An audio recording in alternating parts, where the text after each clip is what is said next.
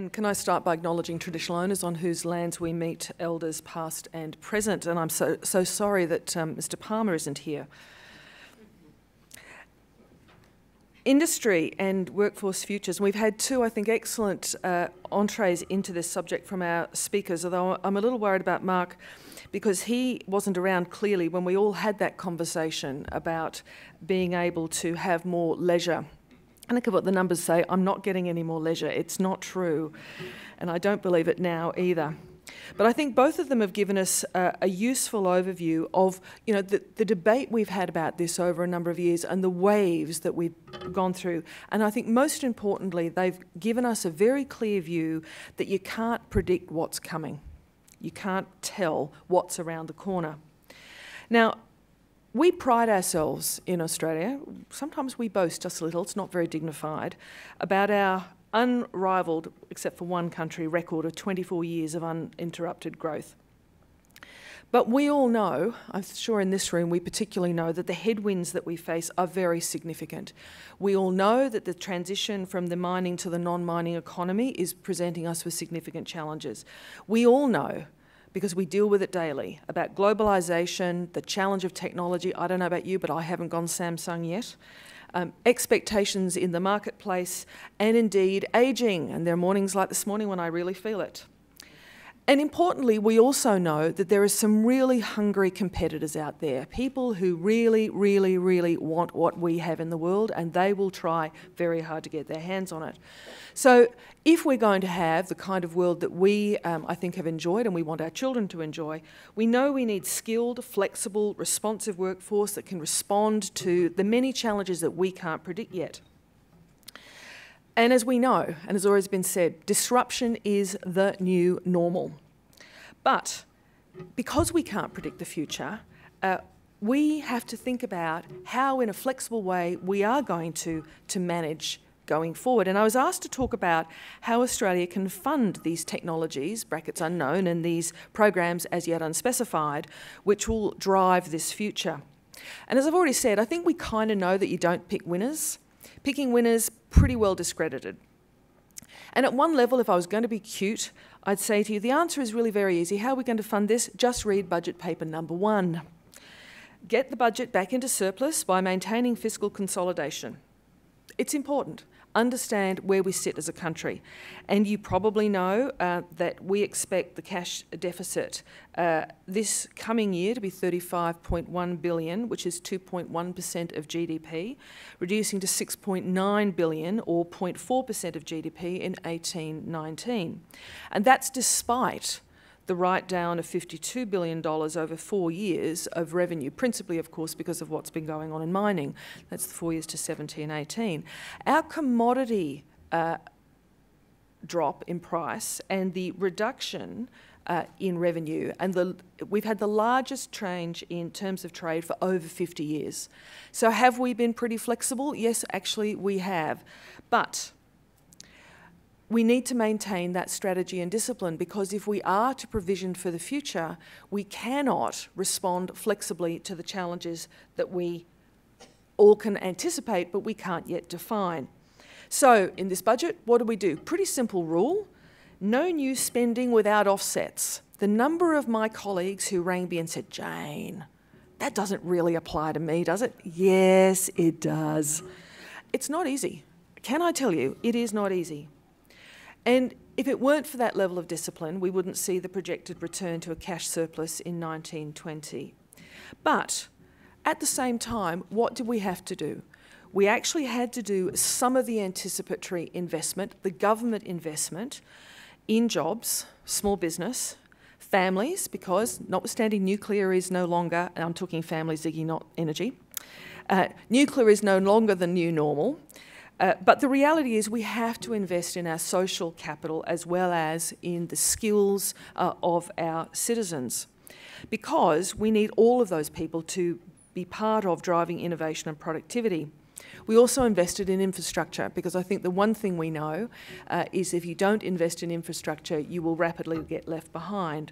So, from a government perspective, the how we will fund technologies and programs is partly about thinking very carefully about how we can deploy scarce government resources and how we can shift that investment on an as-needs basis flexibly, because we cannot predict the future. We cannot continue to fund business as usual, as if everything will just carry on. But of course, we all know that business as usual is very attractive. You can't possibly defund this. That is so desperately important. So-and-so will be hurt if we don't do that anymore. And so the challenge that we all have is to think about how it is we migrate our expenditure over time. But of course, the approach to funding programs and the things that will support the workforce of the future isn't just about government expenditure. The reality is the money that will support the workforce of the future will not just come from government, and there will be money from government, there inevitably needs to be, but it will have to come from private sources, from the private sector, from educational institutions, and dare I suggest, from individuals themselves. Because the reality is we all need to think about reprioritising what we do, how we do it, and indeed how we might finance it. So we can't just assume that any new challenge will come on top of existing spending. It's not going to. It's not something that any of us, I think, would advocate for. So we have to think about how we stop doing things. Now, I have to tell you, my department loves this. How to stop doing things and make savings. Never a happier finance officer when they're giving government advice about what you could stop doing. Doesn't really make me very popular. Funny that. But it is incumbent to think on every government to think about basically how needs will be met in the context of its fiscal strategy. So, how do we create the space to actually fund for the future? Now, importantly, it's important to remember, government actually is about 22% of GDP. So this is non-trivial. It's not just what we will fund in skills and education, it's also about what we spend money on. How is it we enable that future in terms of what we do? And of course, 15% of GDP is the federal government, and by the way, 2% is actually the Australian Public Service. So we are ourselves big business who it's incumbent on, and I'm not advocating for a big public service, let's just be clear. It is incumbent on us to also think internally about how we will reallocate, how we will re-engineer, and how we will grow that flexibility and those skills for the future. So for us, one of the things we are doing is we've put a hard cap on the number of public servants there will be. We've said we actually, and I have to say the very firm hand of Matthias Cormann you can see there with his fingerprints on every government department. They're feeling the pressure, can I tell you? But we actually have to give effect in terms of our internal funding to the need for innovation and productivity by reallocating from BAU. Now, of course, when it comes to funding, we also need to think about creatively in the public domain, but I would also argue in the private domain about financing structures. We all know the language, it trips off the tongue, PPP, shared ownership. In the social welfare space, things like social impact bonds.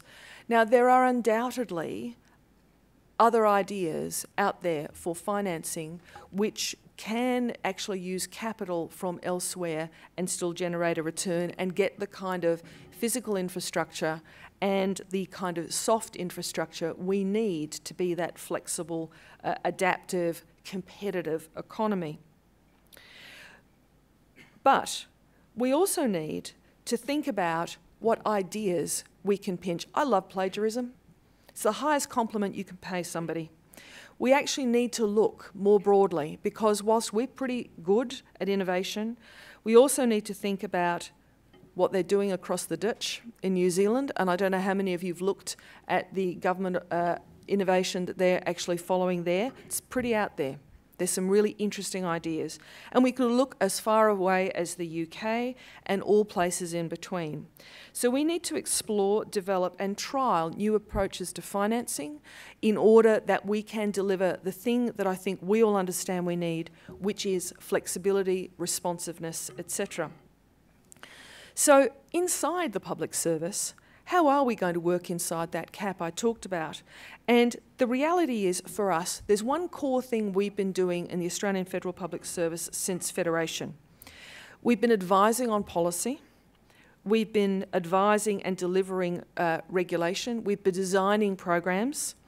And we've been doing some service delivery. And much as was outlined by earlier speakers, if you look to see what we did in all of those domains 20 years ago, sadly, in a couple of places it still looks the same, but mostly it does not look the same at all. So we actually have to innovate in order to stay current. Many of you will be parents. Many of you will have experienced the I want, I want, I want. And that's just your husband or your wife. But the reality is, out there, people want. And they want current, they want easy, they want accessible, and they want quick. And so they rightly expect that government will be able to respond to that. But of course, not that we can always give everybody everything they want, on the contrary, we can't. But what we can think about is actually how we'll deliver our service mix to actually take account of all of those new opportunities and technologies. But we can't do that with an additional injection of funds. And one place I'd invite you to look, Ziggy is of course responsible for one of our largest infrastructure projects ever, which is the NBN, but matched internally will be the work that we're doing on digital transformation. And if you look at how we need to catch up in terms of digital, because the reality is we are not as current and as modern as we might be, service these days, people expect it's like a Domino's pizza. It'll be there in 10 minutes. Now, at the moment, government is not available anytime, anywhere, personalised, delivers fast, nor indeed necessarily at a low cost. But how are we funding this? We are funding this through the DTO, through the reallocation of resources. So inside the APS, we are giving effect to exactly what I've described as one of the strategies, which we expect people externally will be using as well. We're looking to see how we can cannibalise our own business. How can we create new lines of business to actually eventually make our existing old lines of business redundant? And we have to do that in a financing way by not asking for more money. We're basically asking ourselves 3 questions. Do we need to do this? Does it align with government priorities? Is it important? Does it continue to be relevant? How well do we do this? Are we any good at it? The answer often is quite good, and the answer sometimes is pretty crap. And of course, are we best placed to deliver it? Or can it be done better and cheaper by somebody else? So those little words, those little questions that we're asking will assist us in the internal financing challenge to actually enable us to respond to the workforce challenge inside the APS, one which I think is paralleled right across our economy. The other thing that's paralleled right across our economy is, in fact, the ageing of our population. If people took traditional retirement, which, as was said earlier, somewhere between your late 50s and your mid-60s, in the Australian Public Service, in the next 10 years, nearly 50% of our workforce will walk out. Now, some of them, goodbye. But in many cases, the kind of adaptive skills, creativity and preparedness for change is something that we want to keep. So we also need to focus on how we entice those people to stay so we don't end up with a bigger financing cost, which is continually recreating our workforce. So, industry and workforce futures will require a funding arrangement which is flexible, which covers all domains of our economy: government, business, education, and a few other areas we haven't yet thought of. It will need new emphases and investments, absolutely. It will be market-led. because when it comes to picking winners, historically we know that doesn't work well. Government will fund some things, and the reality is we will focus on skills, some technology. We will certainly look at the structures of government and how we operate. But we will also look to work in partnership using the existing innovative financing mechanisms we know about, but undoubtedly mechanisms we have not yet thought about. But most importantly, what we will continue to do is to think internally, not just about how we advise government, about how they get the budget back to surplus, how we do deploy government resources in ways which are effective and efficient, but most importantly, that we actually do what we can to enable people more broadly in our economy to achieve their potential and to continue that 24 years of economic growth. Thank you.